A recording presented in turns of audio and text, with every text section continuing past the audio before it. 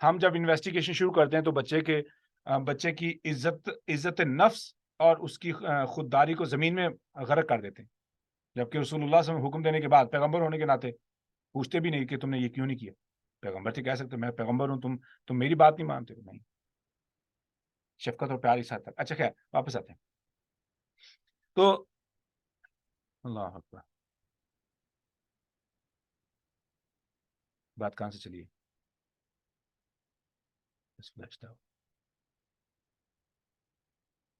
ہم کیا بات کر رہے تھے رسول اللہ صلی اللہ علیہ وسلم سے پہلے؟ سر ہم قرآن کی تعلیمات اور فقہ، دین کی فقہ کے بارے میں بات کریں. دین کی فقہ، ہاں جی. تو جو فقہ دین ہے، جزاکم اللہ خیر، دیٹس گڈ دیٹ آپ لوگوں کی توجہ ہے. جو دین کی فقہ ہے وہ ایک ایسا فارمولہ ہے، ایسے سمجھ، ایک فارمولہ ہے جس کو اللہ رب العزت نے عطا کر دیا. قرآن تو پڑھنا پڑے گا، حدیث تو پڑھنی پڑے گی. بغیر قرآن و حدیث پڑھے فقہ نہیں میسر آ سکتی. ایسا آبویس تھنگ، پڑھنے سے ہی پتہ چلے گا. ٹھیک ہے، پڑھنے پر آپ کو اللہ رب العزت کانسیپٹ دے دیں گے کہ اسلام کا کانسیپٹ کیا ہے. جس کا کانسیپٹ کلیئر ہو گیا وہ کامیاب ہو گیا، یعنی اس کو فقہ فی الدین میسر آ گئی. فقہ فی الدین کا فائدہ یہ ہوگا کہ بندہ خود بخود ہی حرام کے بارے میں اس کو تحقیق نہیں کرنی پڑے گی. اس کی فطرت اس کو بتائے گی یہ اعمال غلط ہے، حرام ہے. اس کی فطرت اس کو مجبور کرے گی نیک اعمال کرنے پر، کیوں اس کی زندگی ہی جو ہے نا وہ نیک اعمال کی طرف وہ الائن کرنا شروع کر دے گی. اچھا، تو یہ ہے فقہ. ہوتا کیا ہے کہ اگر میرے لیے یہ ضروری بھی ہے، کیا ضروری ہے کہ اللہ رب العزت فرمایا والذین یؤمنون بما انزل الیک، وہ لوگ جو ایمان لاتے ہیں اس پر جو آپ پر نازل کیا گیا. اب ایمان لانے کا مطلب کیا ہے کہ میں اس کو کھول کے ہی نہ دیکھوں؟ نہیں. ایمان کا مطلب یہ ہے کہ اس کو میں پڑھوں، میں اس کو سمجھوں، اس کو سیکھوں. یہ ایمان کا یہ تقاضا ہے. اب جو باقی کتابیں ہیں وما انزل الیک من قبلک، وما انزل من قبلک، سوری، اور جو آپ سے پہلے نازل کیا گیا، کیا اس کا مطلب ہے کہ میں صرف یہی سوچوں کہ کتابیں ہیں اور کچھ نہ سوچوں؟ ایون دو کہ اللہ رب العزت نے باقی کتابوں کی تعلیمات بھی قرآن مجید میں شامل کر دی ہیں. جب میں قرآن مجید کو سیکھ لیتا ہوں گویا کہ میں نے باقی کتابوں کو بھی سیکھ لیا. لیکن بہت ساری ایسی چیزیں ہیں جو مجھے پھر بھی دیکھنا پڑیں گی کہ قومیں پہلے تباہ کیسے ہوئیں، کیسے وہ گمراہ کرتے ہیں لوگوں کو، کون سے ایسے مسائل ہیں جو عقیدے کے خلاف ہیں. اس بنا پر میں یہ کہوں گا کہ میری یہ مجبوری ہے کہ میں پہلے اتنا علم حاصل کروں کہ میں حق اور باطل کے درمیان فرق کر سکوں. پھر میرے لیے ضروری ہے کہ میں ہر فرقہ پرست کو سنوں، جیسے کہ مرزا انجینئر کرتے ہیں، مرزا محمد علی، ٹھیک ہے، انجینئر وہ کرتے ہیں، یا بہت سے ایسے اسکالر ہیں جو کمپیریزن اسٹڈی کرتے ہیں مختلف سپیچز پہ، پھر ان کا رد کرتے ہیں.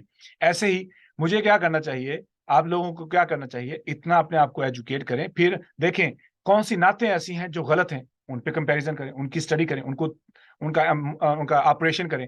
پھر گانے، ان کا آپریشن کریں. پھر اسی طریقے سے جو ہے نا کارٹون، فلمیں، ڈرامے، ان کی اب مجبوری بن چکی ہے. We need to bring a team, we need to build a team کہ جو دیکھے کہ ہمارے بچوں کو، ہماری نسلوں کس طریقے سے گمراہ کیا جا رہا ہے. سعودی عرب میں، باقی ممالک میں ایسے ہیں کہ وہ کسی بھی مووی کو لانچ کرنے سے پہلے ملک کے اندر their ٹیم واچز، پھر وہ ڈیسائیڈ کرتے ہیں کہ یہ لانچ کرنے کے لائق ہے کہ نہیں، یہ شیئر کرنے کے، عوام کے اندر دکھانے کے لائق ہے کہ نہیں، پھر وہ بین کر دیتے ہیں کہ دکھانے کے لائق نہیں ہے. تو ایسے ہی ہمارے اندر یہ صلاحیت ہونی چاہیے کہ ہم خطباء کو سنیں، بہت سے مختلف خطباء کو سنیں، لیکن پہلے اپنا تو کانسیپٹ کلیئر ہو. میرا اپنا کانسیپٹ کلیئر نہیں، مجھے پتہ ہی نہیں کہ شرک کب ہو سکتا ہے، کیسے ہو سکتا ہے، شرک کی وجوہات کیا ہیں، اقسام کیا ہیں، ٹھیک ہے، شرک کیا ہے، یا ریاکاری کیا ہے، ریاکاری کے اقسام کیا ہیں، گناہ کیا ہے. مجھے اس بات کا علم ہی نہیں ہے، اور میں ہر کسی کو سننا شروع کر دوں. میں اپنے آپ کو، پھر بہت سے ایسے لوگ ہوتے ہیں جو ایسا کرنا شروع کر دیتے ہیں، پھر وہ اینڈ اپ ایتھیسٹ ہوتے ہیں، ایتھیسٹ بن جاتے ہیں. ان کو پتہ ہی نہیں ہوتا، وہ سمجھتے ہیں کہ مجھے سب پتہ، لیکن اینڈ اپ وہ اسلام کا انکار کر بیٹھتے ہیں. ٹھیک ہے، اس لیے پہلے اپنے کانسیپٹ کو کلیئر کریں. ٹھیک ہے، اس کے بعد پھر آپ کھڑے ہوتے ہیں اپنی نسل کو حق پہنچانے کے لیے، اور نسل تک باطل پہنچنے کے لیے آپ رکاوٹ بنتے ہیں. میرا کام صرف حق پہنچانا نہیں ہے، میرا کام یہ بھی ہے کہ میں باطل کے سامنے رکاوٹ بن جاؤں. We need to do that. ٹھیک ہے، اس کے لیے کیا کرنا پڑے گا؟ Again I have to educate myself. I have to. There is no point کہ ہم ایجوکیشن کے بغیر اپنے آپ کو اوپر لا سکیں. ٹھیک ہے جی ارسلہ. السلام علیکم ورحمۃ اللہ وبرکاتہ. وعلیکم السلام ورحمۃ اللہ.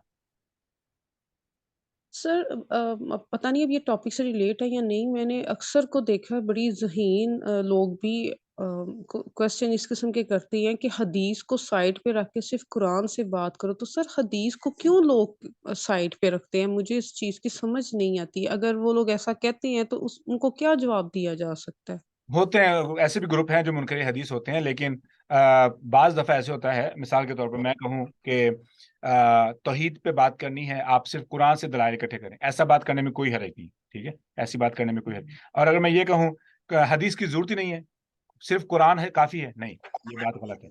کیونکہ قرآن کی تفسیر حدیث رسول صلی اللہ علیہ وسلم ہے. ٹھیک ہے، رسول اللہ صلی اللہ علیہ وسلم نے عملی طور پر ہمیں قرآن بسر کر کے دکھایا، یعنی زندگی میں عملی طور پر اپلائی کر کے قرآن ہمیں دکھائے.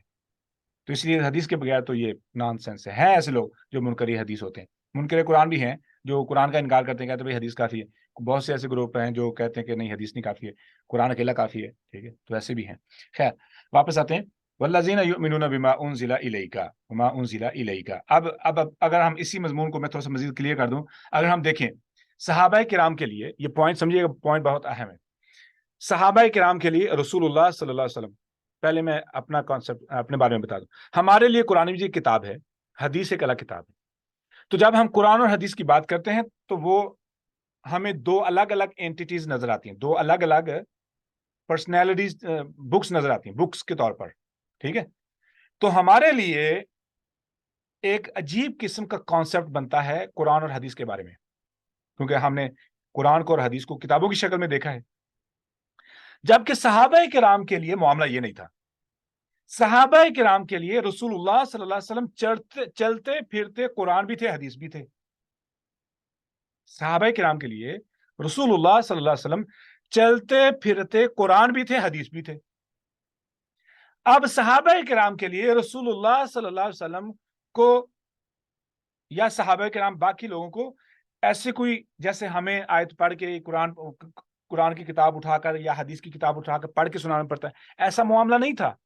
They look at رسول اللہ صلی اللہ علیہ وسلم, they do it. They hear from رسول اللہ صلی اللہ علیہ وسلم. تو قرآن رسول اللہ صحابہ کرام کے لیے خود رسول اللہ صلی اللہ علیہ وسلم تھے، خود رسول اللہ صلی اللہ علیہ وسلم as a person, a walk-in Quran in life of صحابہ کرام رضوان اللہ علیہم اجمعین. ہمارے لیے یہ دو الگ الگ کتابیں ہیں.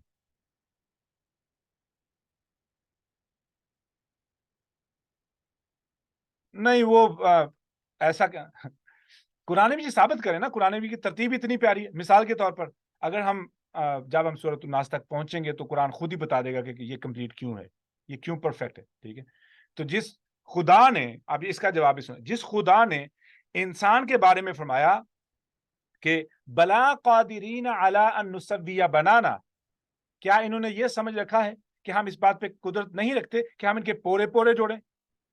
ہم تو اس بات بھی قدرت رکھتے ہیں کہ ان کے پورے پورے جوڑ دیں.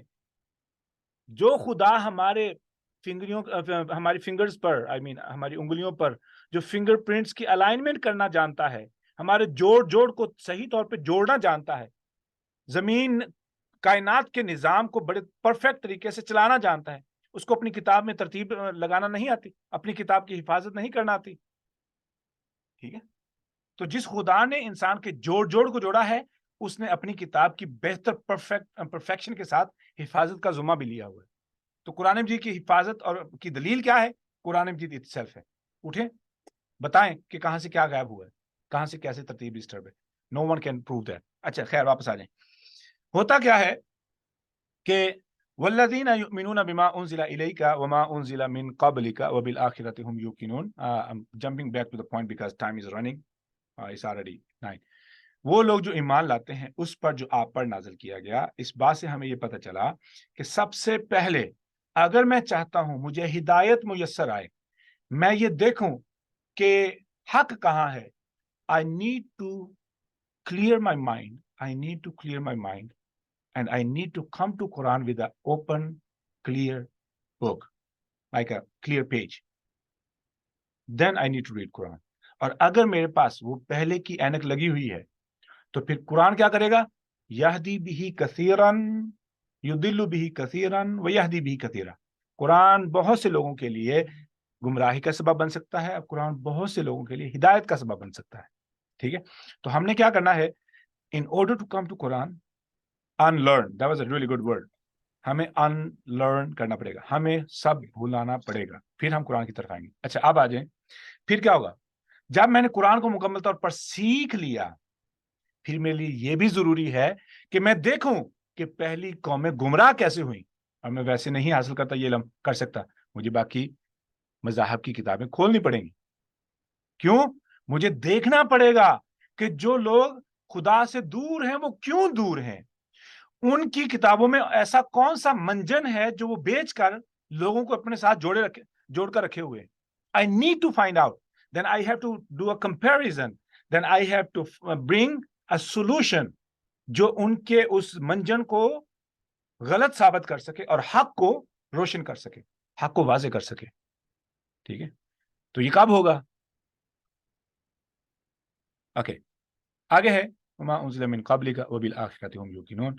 اب یہود کی تھوڑی سی کہانی ہم پڑھیں گے کیونکہ یہ آخرت کا سلسلہ شروع ہونے والا ہے. اور یہ وما انزل من قبلک، رسول اللہ صلی اللہ علیہ وسلم سے پہلے انبیاء کی جو امتیں ہیں انہوں نے کیا کارستانیاں کی ہیں، کس طریقے سے وہ گمراہ ہوئے. تھوڑا سا ہم جو ہے نا بیک گراؤنڈ یہود کا پڑھیں گے، کیونکہ آگے سورہ بقرہ کی آیت نمبر 40 سے لے کر 120 تک، یعنی وہ 80 آیتیں صرف یہود کے بارے میں. تو ہم یہ سب کچھ سیکھیں گے انشاءاللہ، کیونکہ یہ لانگ ٹاپک اباؤٹ یہود. تو بات یہیں سے شروع ہو جاتی ہے وما انزل من قبلک سے. تو ہم کل کو مزید اس کی گہرائی میں جائیں گے انشاءاللہ. کوئی سوال؟